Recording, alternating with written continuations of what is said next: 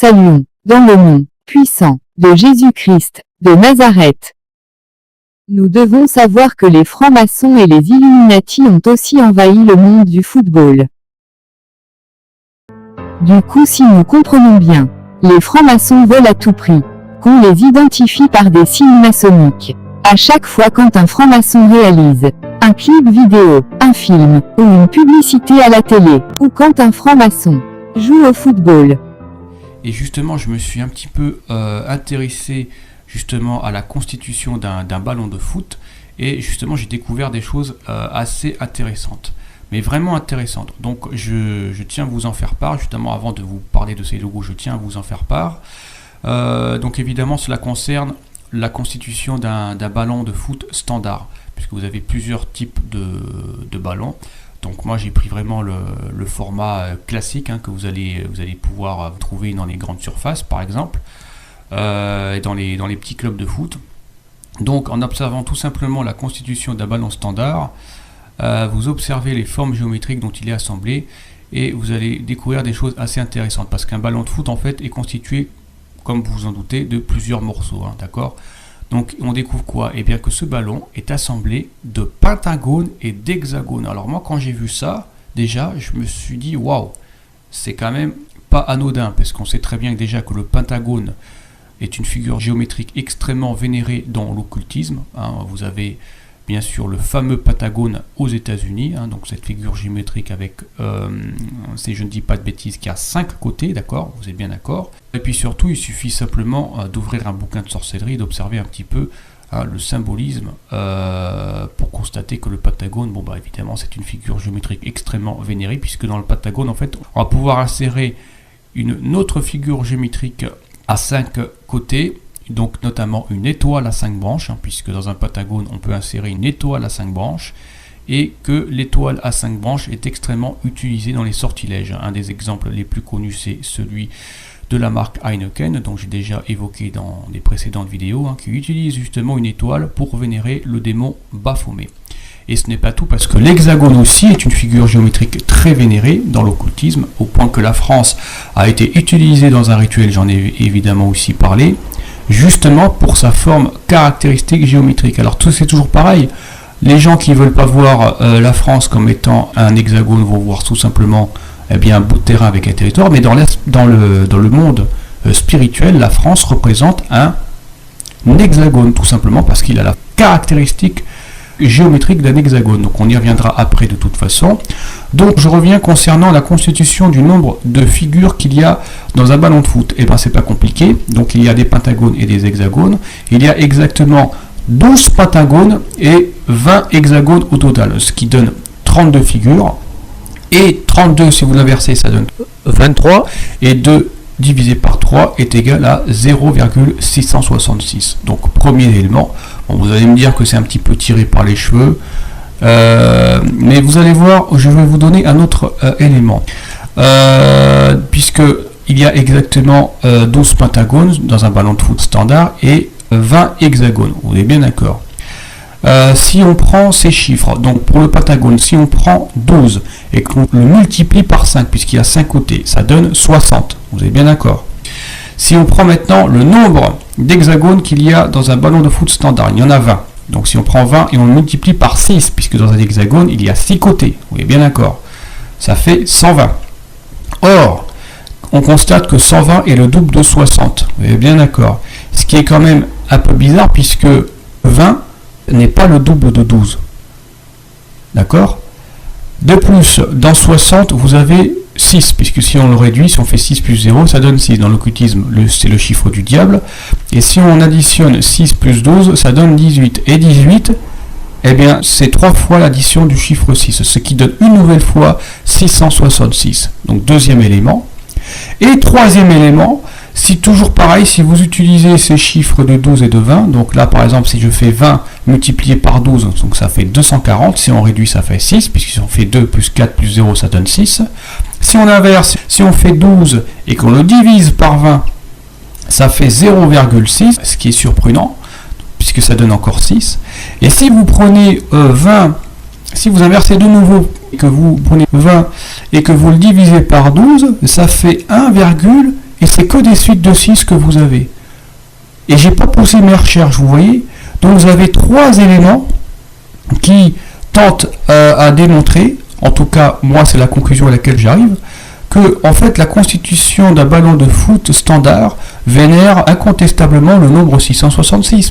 Je me suis pas cassé la tête, j'ai tout simplement pris le chiffre de 20 et de 12, et puis bon je l'ai tourné quoi, hein. je l'ai multiplié, je l'ai additionné, je l'ai soustrait, je l'ai divisé, et j'ai vu ce que je trouvais avec ça. Je me suis pas cassé la tête, et rien qu'en sans chercher déjà, j'ai trouvé 3 fois, par 3 exemples différents, par 3 techniques différentes, je suis tombé sur 666. Donc voilà, je voulais vous en faire part parce que c'est quand même quelque chose qui m'interpelle. Bref, donc je vais revenir sur ce que j'ai déjà évoqué un instant, donc concernant en fait le fait que la France a été utilisée dans un rituel, donc c'est quelque chose que j'ai déjà évoqué dans mes précédentes vidéos. Comme vous le voyez, la France a la forme caractéristique géométrique d'un hexagone, donc une figure qui a 6 côtés. D'ailleurs, dans le logo de la FFF, donc la Fédération Française de Football, il est très intéressant à noter qu'il y a à la fois la présence d'un hexagone, mais aussi d'une étoile à 5 branches, hein, si vous observez bien. Et évidemment, on retrouve encore donc cette combinaison du 6 et du 5, hein, puisqu'un hexagone a 6 côtés et qu'un pentagone a 5 côtés. La France, souvenez-vous, qui a gagné 3-0 face au Brésil en 1998. Or, si vous divisez 1998 par 3, ça donne 666. D'ailleurs, dans le logo de la FFF, vous avez aussi un 666, hein, puisque la combinaison de la lettre F, qui est la 6e lettre de l'alphabet répétée 3 fois, donc ce qui donne 666. Donc, tout ceci ne peut pas être dû au hasard. Pour moi, ça fait beaucoup trop de coïncidences. À chaque fois, ça nous ramène au nombre 666. Donc voilà. Bon, maintenant, si certains d'entre vous ne voulez pas voir ces choses, si vous n'êtes pas convaincu, bon, écoutez, je vous conseille vraiment de regarder la suite parce que je pense que vous n'allez pas être déçus.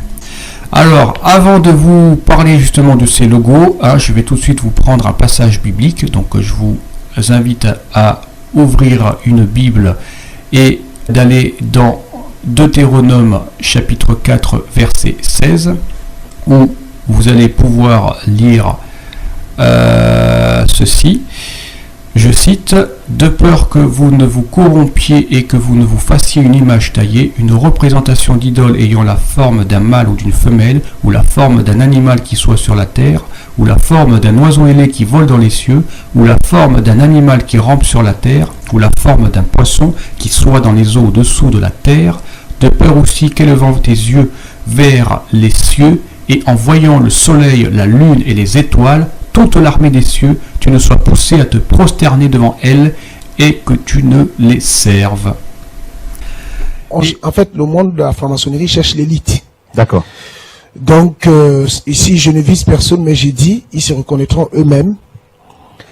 La franc-maçonnerie, ces sciences à mystère, ils cherchent des têtes de gondoles, des gens qui peuvent vendre, qui peuvent attirer, qui peuvent plaire, pour pouvoir, n'est-ce pas, séduire et, voilà, amener du monde vers eux. Jésus avait environ 30 ans lorsqu'il commença son travail. Rempli du Saint-Esprit, il revint du Jourdain. Et l'Esprit le conduisit dans le désert où il fut tenté par le diable durant 40 jours. Il ne mangea rien pendant ces jours-là, puis il eut faim. Alors le diable lui dit: si tu es le Fils de Dieu, ordonne donc à cette pierre de se changer en pain.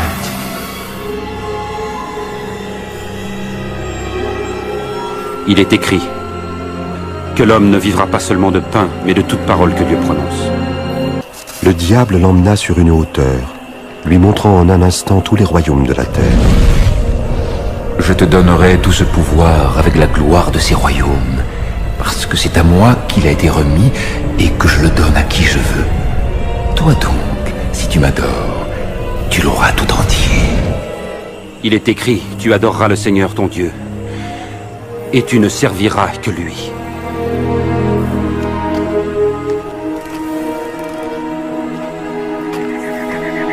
Le diable le conduisit ensuite à Jérusalem et le plaça tout en haut du temple. Si tu es le Fils de Dieu, jette-toi d'ici en bas, car il est écrit que Dieu ordonnera à ses anges de te garder. Il est écrit aussi qu'ils te porteront sur leurs mains, de peur que ton pied ne heurte quelque pierre. Il est écrit, tu ne mettras pas à l'épreuve le Seigneur ton Dieu. Ok, donc toi, étant joueur à Nantes, on t'a approché, donc les francs-maçons t'ont approché. Qu'est-ce qu'ils t'ont dit exactement? Alors c'était lors d'un match de l'équipe nationale, comme j'étais international gabonais. D'accord. Je me rappelle, c'était à Libreville, on jouait contre le Ghana. D'accord. Et c'est au sorti du match que un homme qui est connu dans mon pays m'a approché, qui était de la même ethnie que moi. D'accord. Alors pour mieux faire passer le message, il m'a parlé en langue. Ok. Voilà, il Dans ton dialecte. Oui, il m'a en patois. En patois. Il m'a dit comme ma carrière commençait vraiment à flancher. D'accord. Et j'avais plus les rendements d'avant. Et il le savait, donc il est venu me dire en patois que, en gros, il pouvait me relancer en fait. Il pouvait relancer ta carrière. D'accord. Mais bon. Et il m'a donné une carte de visite. Il m'a demandé de l'appeler. À l'époque, je faisais beaucoup de choses avec ma famille. D'accord. Donc, je suis rentré chez moi et je leur ai parlé de ce qui m'était arrivé. Et j'ai donné la carte. Ils ont vu le nom. La personne, ils ont dit, oula, celui-là, il est franc-maçon. Wow. Donc, à partir de là, on m'a dit non, on ne traite pas avec lui. J'ai jeté la carte. Et après, j'ai été persécuté. J'étais plus appelé en sélection. Bon, parce que tu as refusé. Voilà, ils commençaient à me travailler le mental. D'accord. Voilà, le moral plutôt. Pardon. Et j'ai passé. C'était en 2008. Donc j'ai fait, je crois, 2 ou 3 ans. J'étais plus appelé en équipe nationale. D'accord. Et il est arrivé que le Gabon devait organiser la CAN 2012. D'accord. Et là, ils ont appelé un peu tous les joueurs qui étaient susceptibles de défendre les couleurs du pays. D'accord. Moi, j'en faisais partie, malgré que je n'avais pas de club à cette époque-là. Donc ils t'ont appelé, ils ont fait appel à toi, ok. Voilà. Et tu as été sélectionné. À la fin, je l'ai pas fait. D'accord. Parce qu'il y avait une condition. Ah bon? Ah oui. La condition, c'était, je donne un membre de ma famille. Il fallait que tu sacrifies un membre de ta famille. Ouais. Il fallait que tu sacrifies un membre de ta famille. Ouais. Il fallait que tu sacrifies un membre de ta famille. Comment dire, les images de ce que tu, voilà, les images de l'époque où tu étais footballeur. Voilà. Donc tu vas pouvoir nous commenter un peu ces images, si c'est possible. Ici, c'est en quart de Coupe de France contre le Stade Rennais. C'est en quelle année ça? 2002-2003. Donc là, tu marques. Ouais. Et ce match-là, il y a une anecdote. J'étais 17e. Donc le 17e, il va en tribune. Normalement, je devais pas jouer. Et comme l'attaquant vedette à cette époque-là, c'était Viorel Moldovan, son titre de séjour avait expiré. D'accord. Donc il pouvait pas jouer. Et on est venu me chercher dans les tribunes. Waouh. Pour aller jouer ce match. Sérieux. Voilà. Et je rentre et je marque. C'est mon premier ballon là. Ton premier ballon et tu marques. Et je marque, oui. Waouh. Voilà. J'étais censé ne pas jouer ce match. Waouh. Et je me suis retrouvé sur le terrain et mon premier ballon, j'avais marqué. Waouh. Et donc c'était, ça passait sur TF1 bien sûr. Voilà. Et quand tu te vois là jouer là, qu'est-ce que tu ressens là au moment où tu parles là?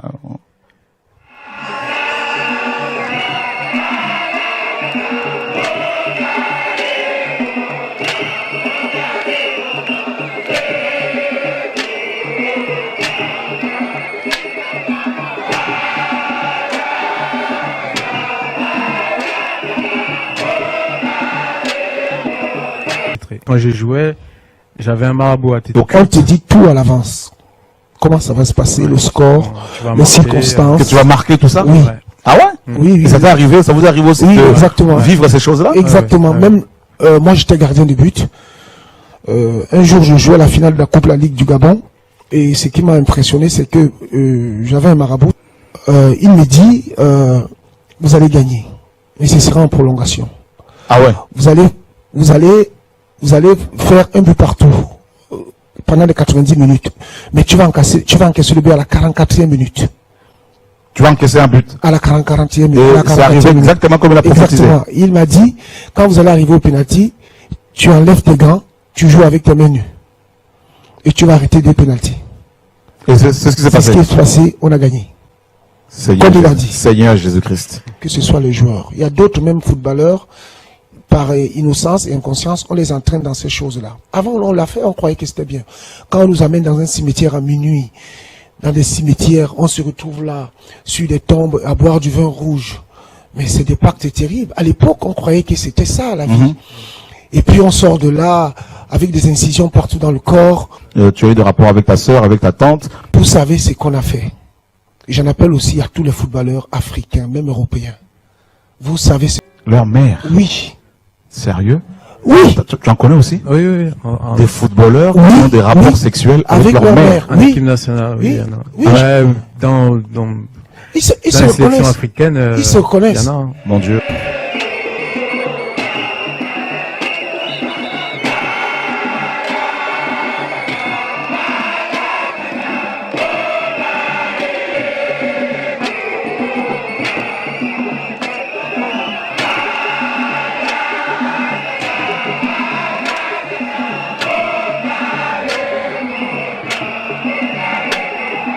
Un Timothée 6 versets 6 à 10. C'est en effet une grande source de gain que la piété, avec le contentement. Car nous n'avons rien apporté dans le monde, et il est évident que nous n'en pouvons rien emporter. Si donc nous avons la nourriture et le vêtement, cela nous suffira. Mais ceux qui veulent s'enrichir tombent dans la tentation, dans le piège, et dans beaucoup de désirs insensés et pernicieux qui plongent les hommes dans la ruine et la perdition. Car l'amour de l'argent est une racine de tous les maux. Et quelques-uns, en étant possédés, se sont égarés loin de la foi, et se sont jetés eux-mêmes dans bien des tourments. Mais un stade ressemble aussi beaucoup à un chaudron. Et d'ailleurs, il y a beaucoup de stades qui portent cette appellation de stade du chaudron. Et c'est aussi un terme pour désigner en fait l'enfer. Parce que le terme de fosse, dans un terme un peu plus biblique, désigne l'enfer. Et le chaudron désigne aussi l'enfer. Le chaudron ardent, donc c'est un trou avec des flammes qui vont consumer des êtres humains, mais sans les détruire en fait. Vous imaginez un petit peu comment ça doit être absolument abominable. Donc, dans le langage courant, en fait, un chaudron, bon évidemment c'est l'endroit où on va cuisiner et mettre en ébullition, mais symboliquement, en fait, les gens qui viennent à un stade vont consentir en fait à être cuisinés et à être mangés vivants. Chaudron, avec de l'eau à ébullition à l'intérieur, et puis et on vous propose de rentrer dedans. Vous n'allez pas y aller, à moins que vous soyez maso, à moins que vous aimiez particulièrement la souffrance et l'ébullition, vous n'allez pas rentrer dedans. Du côté de l'Afrique, alors en Afrique, donc, vous avez un club ici qui s'appelle le Tout-Puissant Mazembe. Voilà, c'est un club congolais. Et vous voyez bien sûr encore la présence de ce crocodile qui est en train de manger un ballon, ou plutôt qui est en train de manger des joueurs qui jouent au ballon. Moi je dirais plutôt que c'est ça. Toujours au Congo, vous avez un autre club qui s'appelle le SM Sangabalend, voilà, avec la représentation de deux démons là, deux petits démons là, oui, je sais pas si vous voyez à gauche. Donc tu as eu d'abord un songe. Ouais. Ils m'ont fait comprendre ce donc ils sont venus te parler de cela en songe. En songe, ouais. Et ensuite ils te l'ont dit physiquement. Après ça s'est matérialisé physiquement, mais ils sont très intelligents, ils se découvrent pas. D'accord. Ils vont choisir quelqu'un qui est dans vos entourages. D'accord. Qui viendra vous faire passer un message. Ok. Maintenant si. Et on t'a fait passer ce message-là. Voilà. Ils m'ont fait passer ce message. Mais avant ça, ça c'était en 2012.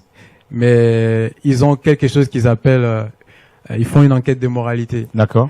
Donc en 2010 déjà, j'étais déjà suivi sans que je sache. D'accord. Donc ils savaient déjà les endroits que je fréquentais, le genre de voitures que j'aimais, les femmes que j'aimais, mes amis. Et comme ça, dès que le plan de 2012 était mis en place, c'était plus facile pour eux de m'appâter en fait au Gabon. Donc c'est quelque chose qui était bien déjà défini en fait. Waouh. Donc tu as donné ton témoignage, tu as parlé un peu comment tu vivais quand tu étais footballeur, comment tu es sorti avec ta tante, avec ta sœur, comment tu étais avec des hommes, et ça a beaucoup interpellé. Et ça a choqué beaucoup de personnes, ça a encouragé certains, ça a écœuré d'autres. Ouais. Bon, bah tant pis, on n'est pas là pour plaire aux hommes, effectivement. On va lire un passage justement dans Marc chapitre 8 et Marc chapitre 8 et on va lire à partir du verset 38. Voilà. Car quiconque aura honte de moi et de mes paroles au milieu de cette génération adultère et pécheresse, le Fils de l'homme aura aussi honte de lui quand il viendra environné de la gloire de son Père avec les saints anges. Amen. Celui qui aura honte de Jésus, Yeshua, donc Jésus aura honte de lui. Et moi, je voulais juste t'encourager, quoi, parce que ton témoignage a encouragé beaucoup de personnes. Il est écrit, tu adoreras le Seigneur ton Dieu, et tu ne serviras que lui. Le diable le conduisit ensuite à Jérusalem et le plaça tout en haut du temple. Si tu es le Fils de Dieu, jette-toi d'ici en bas, car il est écrit que Dieu ordonnera à ses anges de te garder. Il est écrit aussi qu'ils te porteront sur leurs mains, de peur que ton pied ne heurte quelque pierre. Il est écrit, tu ne mettras pas à l'épreuve le Seigneur ton Dieu. Moi, j'ai été initié au vaudou. Ah ouais. Oui. J'ai été initié au vaudou. On nous dit il faut aller coucher des femmes parce que tu portes des trucs sur toi, il faut chercher une prostituée, tu vas avec elle, comme ça tu lui décharges tout ce que tu as. C'est très compliqué. Il y a un côté obscur qu'on ne voit pas. Les gens ne connaissent pas forcément. Voilà, et même des parents à force de vouloir faire en sorte que les enfants réussissent. Parce que c'est une aubaine, ça rapporte, c'est une source de gain, de revenus. Ben, ils amènent les enfants à faire des choses contre leur gré. Malheureusement, même des parents qui vont chercher des marabouts pour leurs enfants. Ouais, le marabout, je l'ai connu plus à Reims. D'accord. Est-ce que pendant que tu jouais, est-ce que tu as rencontré d'autres joueurs qui avaient des marabouts, qui avaient des pratiques occultes, tout ça? Ouais, en fait, il y a des combats. Sur le terrain. Donc vous avez un match physique et en même temps un combat spirituel. Un match mystique aussi. Oui. Avec des démons, avec des esprits bizarres. Voilà. Parce que ton coéquipier, qui est censé être ton coéquipier, est ton adversaire aussi. Celui qui fait celui qui joue dans la même équipe que toi. Voilà. Exactement. Qui fait le même poste que toi, attaquant. Ben lui, son but, c'est de prendre ta place pour jouer. Donc il peut t'envoyer, te jeter un sort, et tu te blesses, on te sort et puis il rentre. Waouh! Donc c'est bien de faire du foot, mais il faut avoir le Seigneur avec soi. Il faut pas que ça te détruise en fait. Voilà, sinon ça va être très compliqué. Ça va être très compliqué de faire une carrière normale. J'aurais un message à donner aux parents, parce que je suis aussi parent aujourd'hui. Ne mettez pas la pression aux enfants. D'accord. Dieu nous a donné à chacun de nous des aptitudes. J'avais un coach qui me disait, fils, parce qu'il savait, c'était un pasteur en fait. Moi, vraiment. Le coach était un pasteur, au Gabon. Moi, j'étais initié au vaudou, j'avais une bague qu'on m'avait donnée. Wow.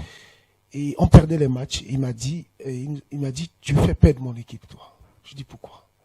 Il me dit, parce que tu ne pries pas le même Dieu que moi. Je dis, ah bon, je rigole et tout. Il arrive au stade, il me dit, on perd les matchs, c'est pas normal. Moi, je sers un Dieu qui est victorieux. Qui d'entre vous veut donner sa vie à Jésus? C'était là le début de tout. J'ai vu ma main, ma bague a disparu. Ta bague a disparu. T'es sûr de toi? Oui. Ta bague qui était là, était visible. Visible, elle a disparu. Nous sommes allés, on a été initiés au vaudou à deux, avec mon ami. On était assis comme ça après l'entraînement. Il m'a posé la question, qui veut donner sa vie à Jésus? À nous tous, les joueurs qui étaient là. J'ai tapé mon ami, j'ai dit, levons la main. Il m'a dit, non, moi je ne lève pas la main. Moi j'ai levé ma main. On a eu les deux mêmes bagues, nous tous. C'était des alliances. J'ai levé ma main comme ça, la bague. Quand j'ai descendu ma main, la bague a disparu. Ah ben ça. Donc, moi, je dis, Dieu nous a donné des capacités.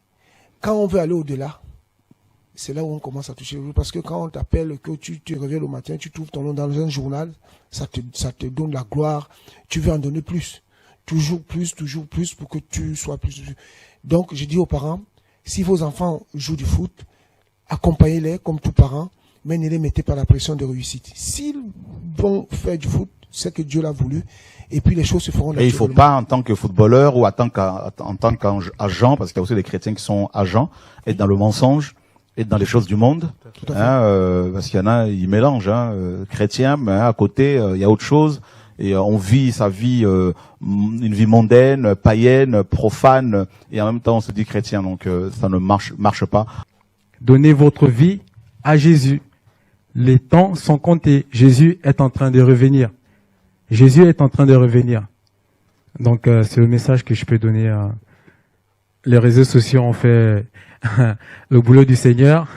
Ils ont relayé ta vidéo, ma vidéo, ton témoignage. Ouais, ta famille n'était pas encore au courant. Non, ils n'étaient pas encore au courant. Alors, ils t'ont appelé. Voilà, j'ai fait 2 jours, j'ai pas dormi. Waouh. Donc oui, ils m'ont posé des questions et j'avais pas encore demandé pardon à ma sœur et je l'ai eu hier et je lui ai demandé pardon et elle m'a pardonné. Waouh. Voilà. Ma tante aussi, je lui avais déjà parlé avant.